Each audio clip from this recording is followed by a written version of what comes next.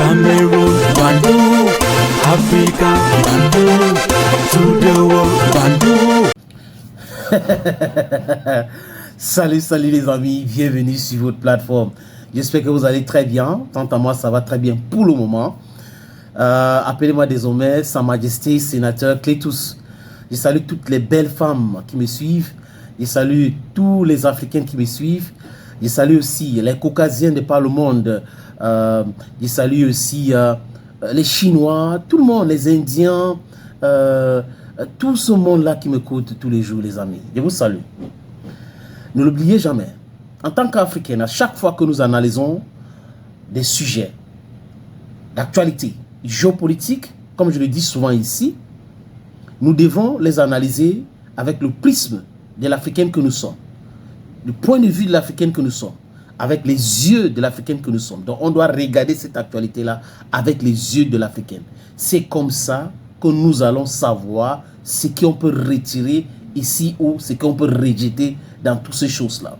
Parce que notre épingle de jeu dans toutes ces actualités et autres est nécessaire. Qu'est-ce qu'on gagne? Ça nous profite en quoi? Oui, c'est vrai, nous sommes ici pour donner des informations vraies, vérifiées, vérifiables, mais aussi pour éduquer et pour transformer le mindset des Africains, des jeunes Africains.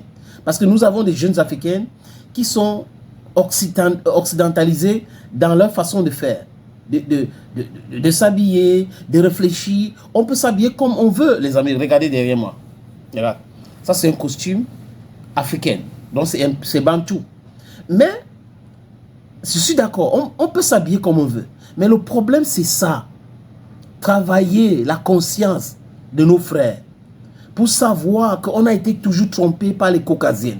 Est-ce que nous voulons rester là dans cette tromperie? Est-ce qu'il faut qu'on continue de rester dans cette idiotie? That's a question we must ask ourselves. After asking those questions, the answer is clear. We don't want to be dupes again. We have been duped for so long. We want change and we want to be respected as Africans. Les amis, en Ukraine actuellement, vous avez un homme qui est ce qu'on appelle chez moi à Ekona, parce que je suis Bamenda, je suis Ekona, je suis Ngui, je suis Bakere, and proudly anglophone. Very, very proudly anglophone. Ce que nous devons savoir, c'est qu'il y a des gens qui sont là comme des Peppa Tiger. Voilà, c'est comme ça qu'on les appelle, les Peppa Tiger. Donc, le genre de chiens qui aboient, mais la caravane continue de passer. Pour ceux qui ont fait un peu d'histoire, vous vous rappelez, non, de la Société des Nations.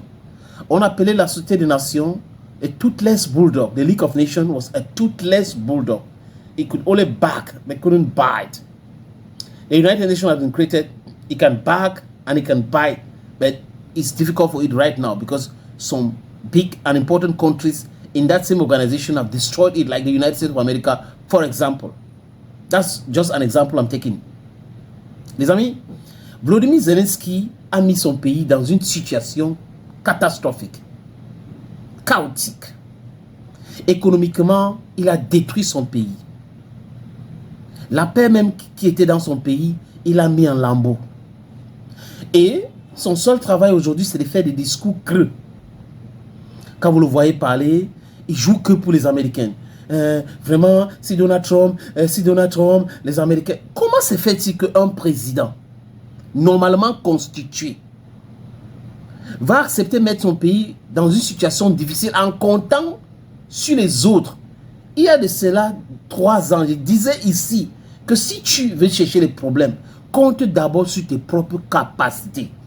Si tu te rends compte que tu n'es pas capable de régler le problème toi-même, il ne faut pas compter sur quelqu'un.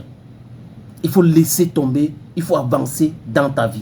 C'est la meilleure des choses qu'un homme intelligent peut faire pour pouvoir éviter de plénicher après. Alors où je vous parle, chers amis, chers peuples africains, chers camarades, chers combattants, l'Ukraine est en train de perdre des centaines et des centaines de soldats chaque jour à Kursk. Ils ont allé faire quoi à Kursk? Cette région russe-là. Ils sont allés faire quoi? C'était quoi les calculs? oui, on va aller là-bas, on va capturer, après on va faire de ça une forteresse, ça sera difficile pour les Russes de prendre, et on va utiliser ça comme monnaie d'échange pour les négociations. Mais la Russie peut décider de demander à son peuple de quitter et brûler la région. Et aujourd'hui, même des soldats ukrainiens disent que c'est l'enfer sur terre, que c'est un voyage aller simple. À l'heure où je vous parle, les amis, il y a encore beaucoup de villages au niveau de Kharkiv qui sont déjà tombés entre les mains des Russes. Alors qu'il y a de cela 3 ans, Vladimir Poutine, qui est un président pragmatique, avait déclenché les opérations spéciales, c'est comme ça que les Russes appellent ça, et l'idée c'était de pousser les Ukrainiens pour négocier en dehors de l'OTAN et des Européens pour pouvoir négocier une paix simple, correcte pour tout le monde. Nous sommes les frères. Vous ne devrez pas accepter qu'on vienne implanter des missiles chez vous pour nous menacer. Ça, c'est inacceptable. Mais on a quelqu'un qui est un comédien, qui pensait que la politique, c'était la comédie, et qui est dans sa tête, il a été américanisé dans sa tête. Il pense que tonton Américain est tellement fort au point où tout le monde est faible devant tonton Américain. Mais dans les différents classements, un président normalement constitué qui a la vision, et non un président qui regarde la télévision, qui passe son temps à faire des vidéos, il devrait consulter quelques bouquins de l'histoire pour regarder en disant what's happening there, what's happening here, what happened here last year, how are these people behaving, the different wars they fought, who won the war, how did it go on. Poser des questions importantes, des questions basiques, parce que l'histoire nous enseigne et l'histoire nous renseigne.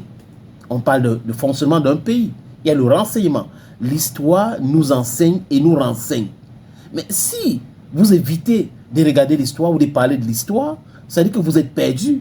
Je me rappelle, ça m'a fait marrer les amis, je me rappelle, je crois que c'est l'année dernière où Patrice Talon était en route pour l'Allemagne, pour le sommet, le même formule, non, Allemand-Afrique.